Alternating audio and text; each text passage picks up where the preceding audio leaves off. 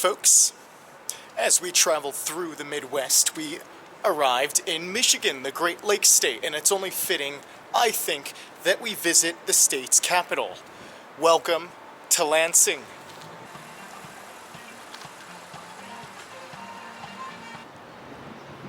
There's one problem I have though right now. I'm pretty hungry.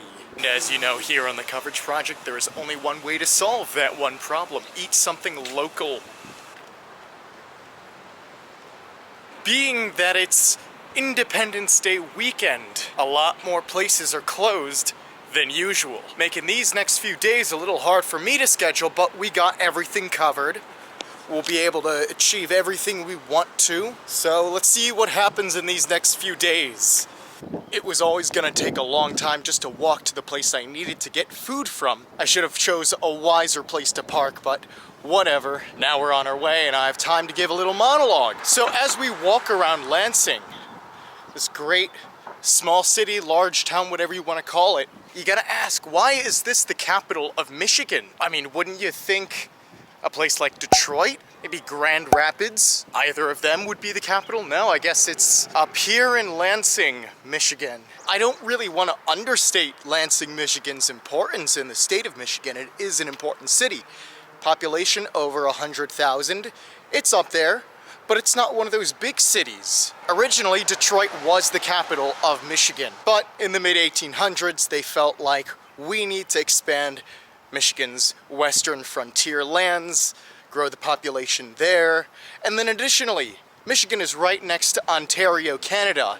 Back then, it was controlled by the British, and they didn't really have the good-natured relationship that the US and Britain have today, just a generation after the War of 1812, so they felt like we need to better defend Michigan and its capital. So thus, Lansing was transformed from some small town into the capital of Michigan.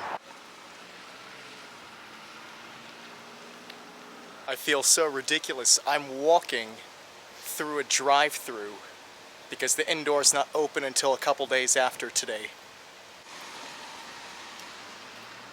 I hope you don't mind, I'm without a car. Is that fine? That's fine. Yeah. Where are you sitting?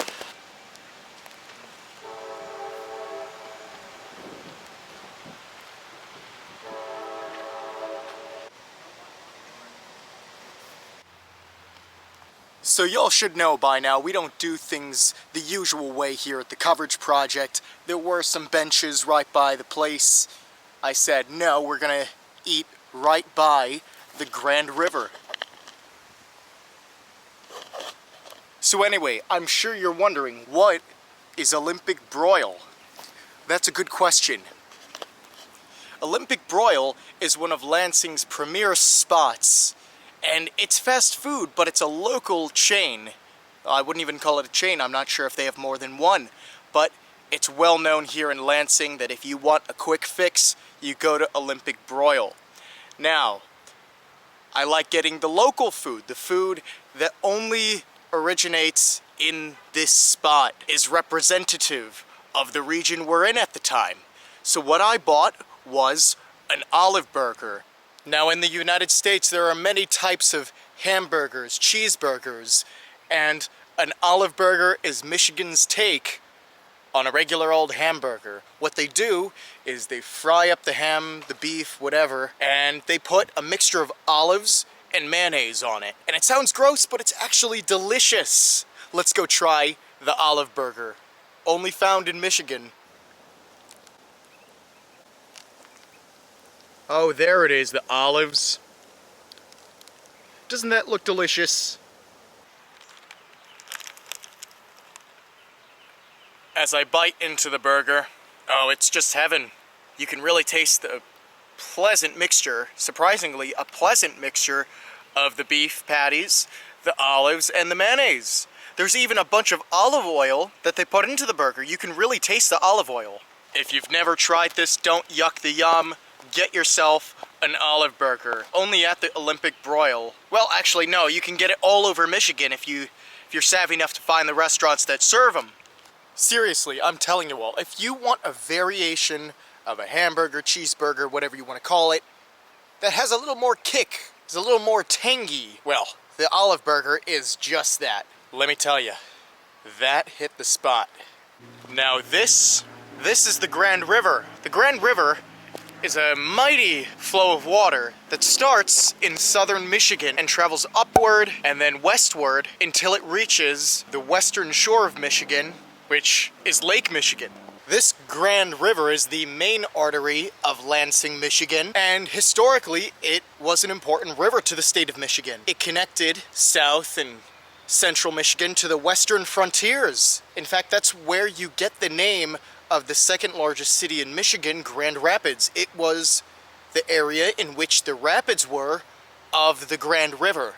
Historically, it was very important because that's where a big lumber industry blossomed here. You could float all the logs that you cut down on this river for easy, cheap, affordable travel. We're obscured here by a few trees and plants and stuff, so let's get a better view of the Grand River.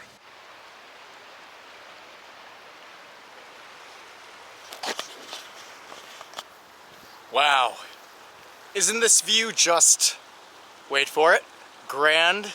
It is a nice view.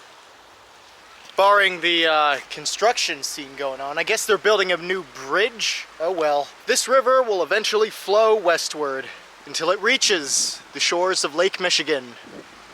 Can you believe we're already a good portion into this video and we have not really featured much of the downtown area? We might as well do that right now, shall we?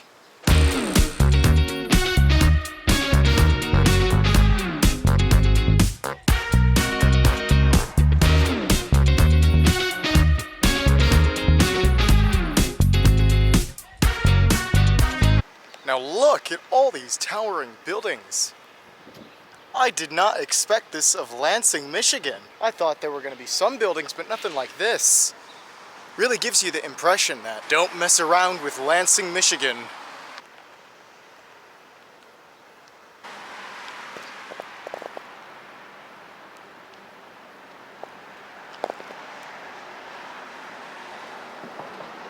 Welcome to the highlight of this video.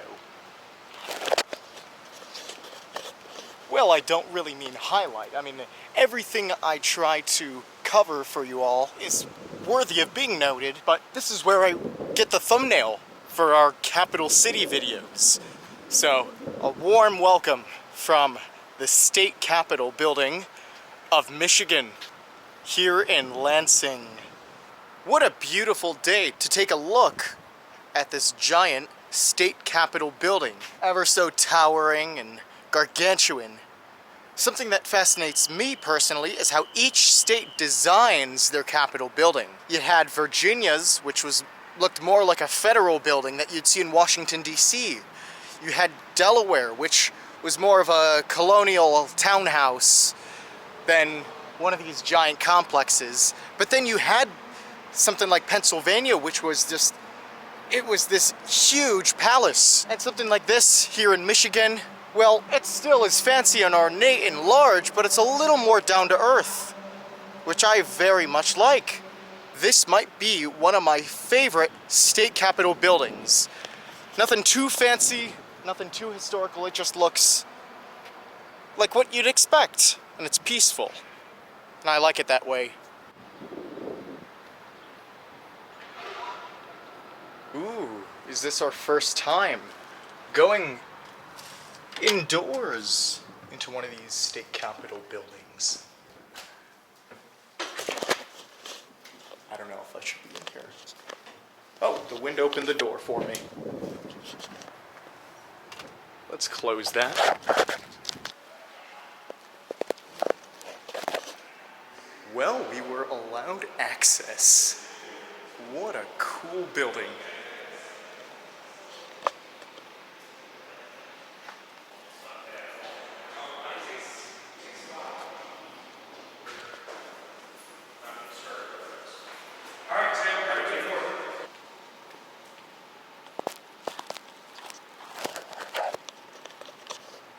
Oh my goodness. Do they need it to be this fancy? Sure looks nice, but it's a bit excessive.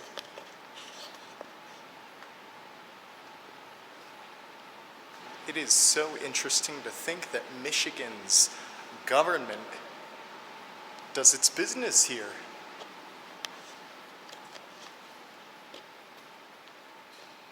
Wow, that is tall. I take back what I said about it being down to earth. This is fancy.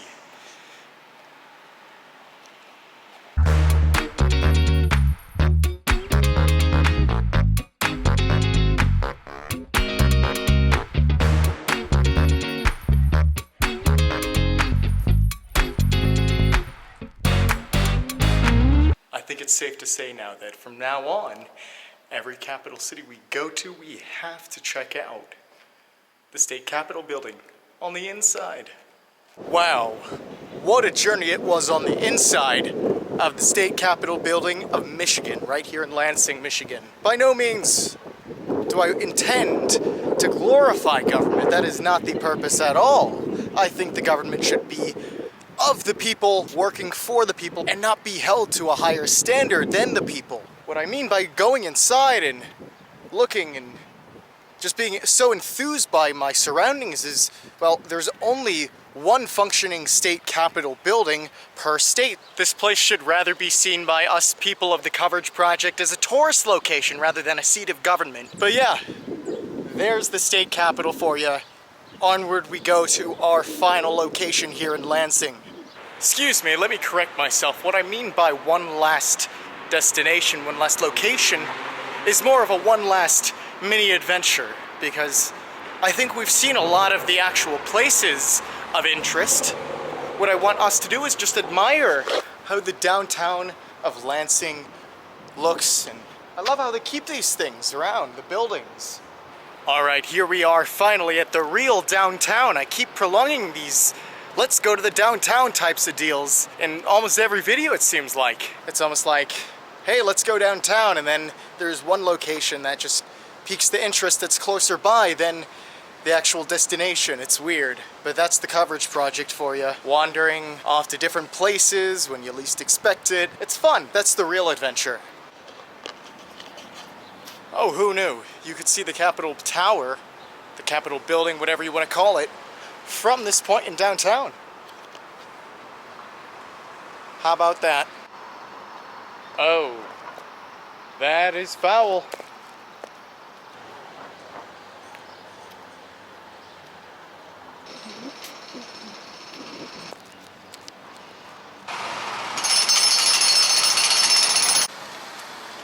Now, does that count as the clock of Lansing? All right, you be the judge. Anyway, I love just the old architecture of these urban street sides. Really takes you back to the time in which the city, Lansing, was developed and established. All right, folks, I got nothing more for y'all, but there you go. Another state capitol on the board for the Coverage Project. At this point, I can't really count how many we've gone to. Maybe that's just my brain this late in the day, but whatever. But yeah, standing in the middle of downtown Lansing, Michigan. More travels to come. I will see you at the next location. We're going even more west in the Midwest.